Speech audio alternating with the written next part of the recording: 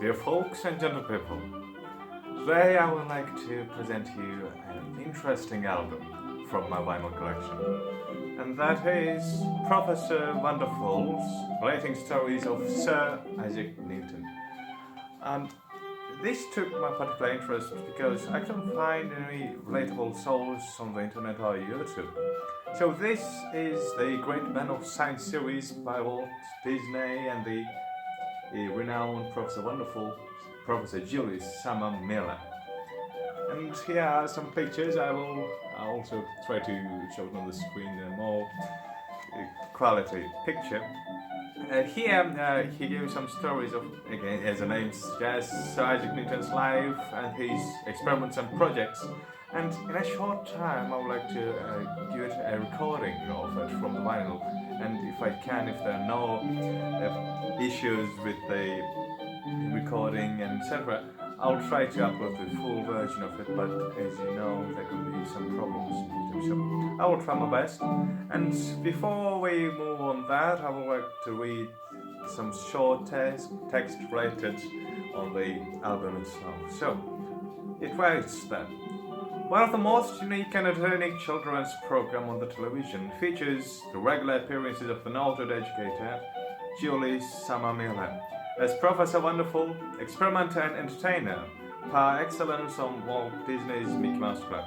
Miller, who has become nationally famous for his instructional work in physics at Southern California El Camino College, is a remarkable, amusing and energetic teacher. So we know that just like there is Bill Nye, he was Bill Nye of the past, or the Professor Wonderful by his name. So these stories are more related and directed towards child audiences. So I believe that it could also be used in educational purposes even today, because it's history, right? And the other text says that on the LP, Professor Miller introduces young listeners to one of the all-time great men of science, Sir Isaac Newton. He tells of Isaac Newton's childhood and of his manhood, of his wonderful achievements through humorous anecdotes about the great man. Professor Miller makes him live again in the minds and hearts of children today. So let's move on to recording.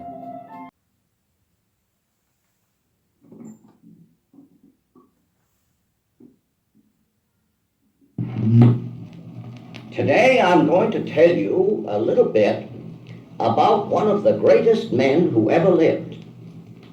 His name was Isaac Newton, and he was born on Christmas Day in 1642. That's more than 300 years ago. Now, what Newton did, even as a little boy, has turned out to be of enormous consequence for the human race. But first, let me tell you some of the things about Newton as a little boy. He was born, as we say, prematurely, and a very tiny, tiny baby. So tiny, in fact, that his mother used to say that she could put him in a quart mug. Can you imagine how tiny that was?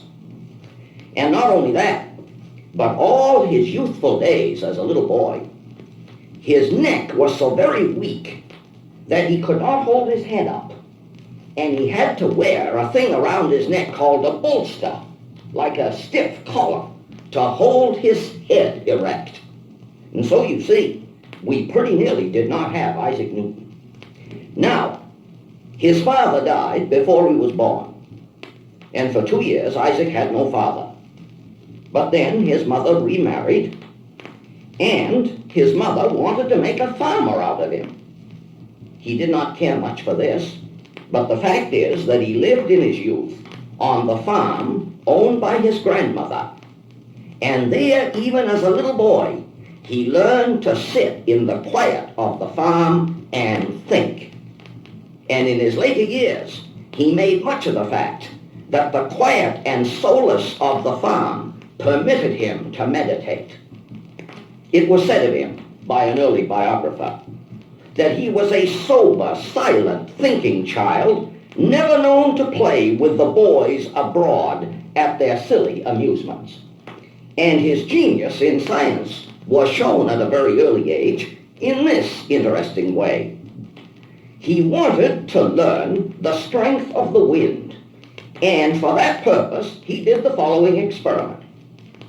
He jumped from here to there, first with the wind and then against it, and made some calculations as a little boy on how strong is the wind. Now, regarding this wind experiment that Newton did as a little boy in the 17th century, I urge you to try it yourself. Go into your schoolyard with your classmates and make a mark on the ground with your finger or a stone, and be sure that you have the direction of the wind in mind. And now jump with the wind and measure the distance, and then jump against the wind and measure the distance, and you will be doing the very experiment that genius Isaac Newton did 300 years ago. And you will find great spirit and drama in reliving this great event in the life of a little boy. Now, one thing more about Isaac Newton as a little boy. It appears that he had a scuffle with one of his classmates.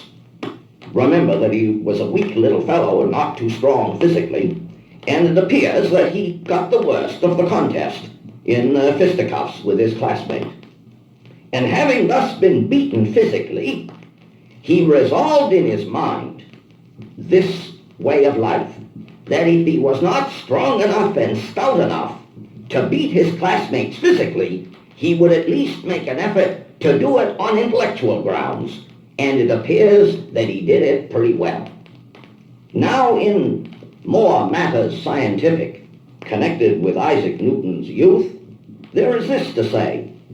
When he was still a little boy, he chiseled out of a stone a sundial, which he mounted on the wall of his house.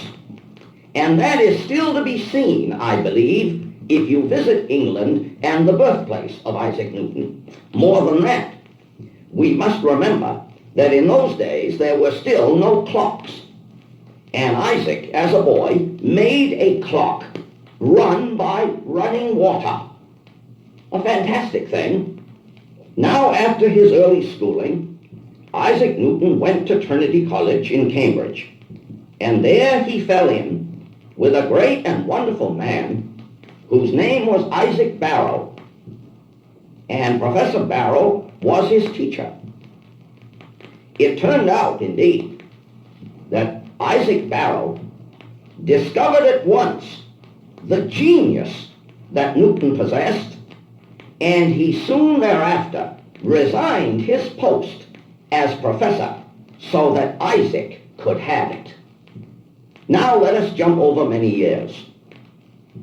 It comes the year 1665 and the year 1666.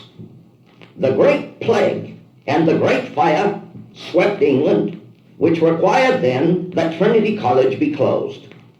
This forced Isaac Newton to go back to the farm where he spent his boyhood.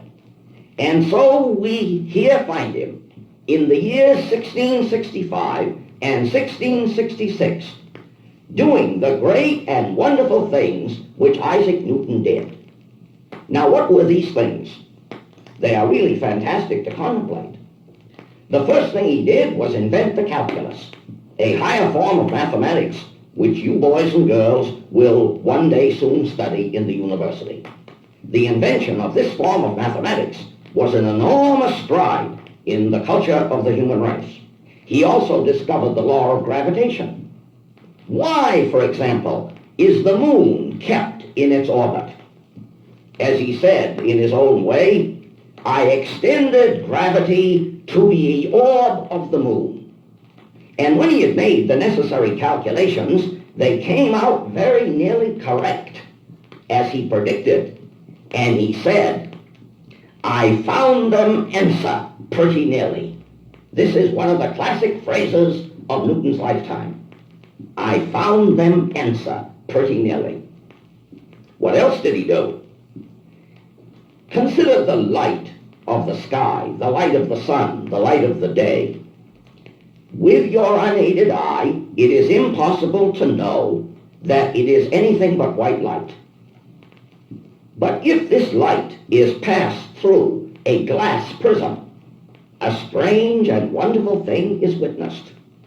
It is seen to be made up of the colors of the rainbow: red, orange, yellow, green, blue, and violet. And I'm sure that most of you have seen the rainbow in the sky, which is the result, of course, of the light being acted upon by the raindrops. Now, of all the tremendous things that Newton discovered, he considered this to be his greatest and noblest achievement. For this is what he said of it: "In my judgment, the oddest, if not the most considerable detection which hath hitherto been made in the operations of nature." He considered this to be the most wonderful thing he had uncovered. And for this purpose, as he says himself, in the year 1665, I procured me a triangular glass prism with which to try the celebrated phenomena of colors. And for this purpose, I cut me a slit in my window shut to let in an appropriate measure of the sun's light. So as you see, boys and girls, what he did was cut a little slit in his window shade so that the sun's light could come through it, and then he held a triangular glass prism in a proper way, and the white light coming through the window shade fell on the prism and was refracted to different degrees and gave rise to color on the remote wall of the room. And his first reaction was this: it was at first a pretty divertisement. By that he meant that it was at first a pretty and wonderful thing to just look at. But then when he began to examine it more circumspectly, that is, to inquire into its nature physically, he found how it came to be. So, to sum it up, the invention of the calculus, the discovery of the law of gravitation, the nature of white light, any one of these alone would have made Newton's name last in the human race forever. So we must be mindful of this, that all these things that Newton did, he did in 2 years. The 2 years of quiet on the farm, to which he was forced to return because of the Great Plague and the Great Fire. And as he said himself, all this was in the 2 plague years of 1665 and 1666, for in those days I was in the prime of my age for invention, and minded mathematics and philosophy more than at any time since. Now, this word invention, which he used, means the intellectual achievement to which he was given.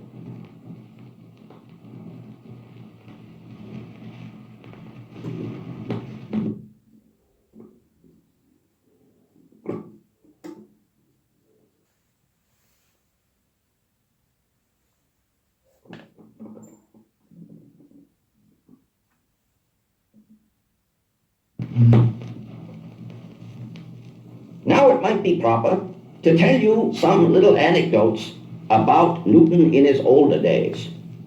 He was extremely absent-minded. And as you know, there always grows up around geniuses certain little stories and anecdotes which are delightful to hear. And so we have this one. It appears that Newton was riding his horse alone in the countryside, and he came to a hill, and not wanting to labor the horse with his load, he dismounted, took the horse by the bridle, and started up the hill, thus relieving the horse of the burden. But his mind, given at once to some problem, he let go of the reins and proceeded up the hill, and the horse had stopped, now not being led, you see, by the reins, and Newton found himself at the top of the hill with his horse down in the valley. Isn't that a wonderful thing to think about? Isaac Newton, this great genius. Now there is another one that's even more dramatic, and it's terrific, really. And I have tried to do it at home myself. It appears that Isaac Newton had a guest for dinner. His housekeeper set up the dinner table, and it was chicken they were having this evening. The guest arrived, the table was set, the food was put on it, But Isaac Newton did not show up. He was in his study contemplating. After some long wait, the visitor, well known to him, on the friendliest of terms, was invited by the housekeeper to go ahead and eat his dinner, whereupon he did. And since it was chicken, the guest ate the chicken and put the bones gathered up on a plate, and feeling a little bound to be proper, he picked up an empty bowl and put the bowl inverted over the bones and left things there. The guest was soon to leave, and just as he was about to leave, Mr. Newton came out of his study, greeted him, picked up the bowl, saw the bones, and remarked, "Ah, I had forgotten that we have already eaten." Isn't that terrific? I must tell you, too, while we are talking about Newton, about another great event in his life. There was a young Scotchman by the name of Colin Maclaurin. And when you study higher mathematics in the university, you will encounter his name because it's very important in mathematics. It appears that Colin Maclaurin made an application for a job as a teacher or professor of mathematics at the University of Edinburgh. Now, the one position in mathematics was then occupied by a Professor Gregory. The application for the job went unheeded because the university could not afford two professors. More than that, even though Professor Gregory was along in years, he still had a number of years left to teach. Whereupon, the university made known to young Mr. Maclaurin that there was no post available. Now Isaac Newton heard of this, and Isaac Newton had heard also of Colin Maclaurin because the young Scotchman was one of the first to understand Newton's new mathematics. So Newton wrote a letter to the officials at the University of Edinburgh saying that he, Isaac Newton, would make available monies to support young Maclaurin until the post shall become available. And for this purpose, he would deposit money in London against the account. And so it was that this great genius showed this great charity for a young man of intellect. Now, if you go to Edinburgh, you should visit the famous Greyfriars Kirk, the Greyfriars Church, and there is buried Colin Maclaurin. And on the tombstone, which relates some of Maclaurin's biography, there is this phrase in Latin, Newtono suadente, which means in English, recommended by Newton. And this is one of the greatest and warmest phrases that could ever be spoken. Recommended by Newton. Newton was once asked how he came to the solution of some of these very difficult problems, to which he replied, by always thinking on them. And in connection with the problem of gravitation and the motion of the moon, these problems were so very, very complicated that Newton once remarked, "I shall have to give up thinking about the moon because it makes my head ache."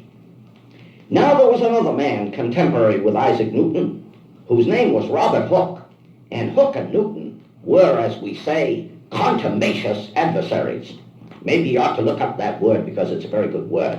It means that they were very severe adversaries, always in contest on problems.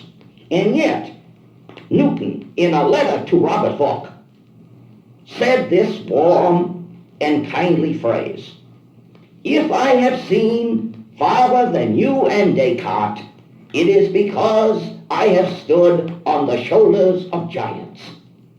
And thus did Newton pay tribute to all those great men of genius who came before him, among them Archimedes especially, and Pythagoras, and Euclid.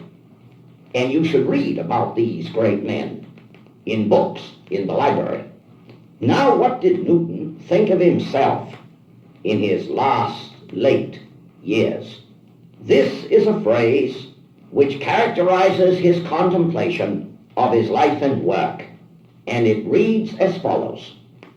I do not know what I may appear to the world, but to myself I seem to have been only like a boy playing at the seashore and diverting myself in now and then finding a smoother pebble or a prettier shell than ordinary, whilst the great ocean of truth lay all undiscovered before me.